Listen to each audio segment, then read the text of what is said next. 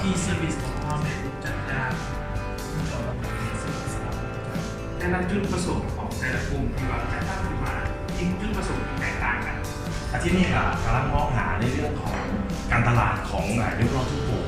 สู่การศึกษาในเป็นรูปอักษรยศาสตร์ได้ยังให้คุกเข้ามาที่เราสามารถใช้เครื่องนี้ไปมอบเงินลูกค้าทางให้ลูกค้าได้เลยเขาให้บริการสถานที่ออกกำลังกายหลายๆประเภทไม่ว่าจะเป็นฟิตเนสลอยน้ำเตะบาสเปตองแบดมินตันอยากให้โฆษณาดีๆและแตกต่างเนาะมีบริการดีๆเพราะว่าจะเป็นเพลงลำโพงเพลงต่างๆแต่ซอฟต์แวร์ที่จะช่วยโฆษณาทางแตกต่างได้พวกคนที่ประสบผลสำเร็จจะต้องเป็นคนที่มีพลังใครคิดเรื่องการคิดหาของเก่าส่งแบ่งลงภาษาค้าน้องยิ้มของเขาถึงสิ่งที่เป็นเรื่องป้ายเป็นที่ของเอกพลครบเครื่องเรื่องการพิมพ์ออกแบบตกแต่งภายในหรือว่างานที่ต้องการความแตกต่างต้นมีที่มาจากความใส่ใจถ้าทางใส่ใจตัวเอง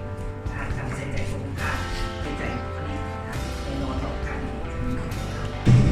สินค้าดีราคาถูกก็มีนะจ๊ะมีแต่สินค้าดีแล้วราคาที่เหมาะสมมีแน่นอนให้บริการแรกกับสร้างเว็บไซต์เกี่ยวกับวางระบบเซิร์ฟเวอร์ในส่วนทางเทคโนโลยีเป็นปัจจัยที่สำคัญสำหรับธุรกิจยุค 4.0 ซึ่งมันจะช่วยให้ทางประหยัดเงินประหยัดเวลาประหยัดค่าใช้จ่ายและสิ่งที่สำคัญมันจะช่วยให้ตัวเลขธุรกิจของทางชัดเจนแม่นยำของเขาซึ่งพอทีพันเนอร์เป็นบริษัทออกแบบต่างๆที่ด้านการตลาดจะให้บริการต่าง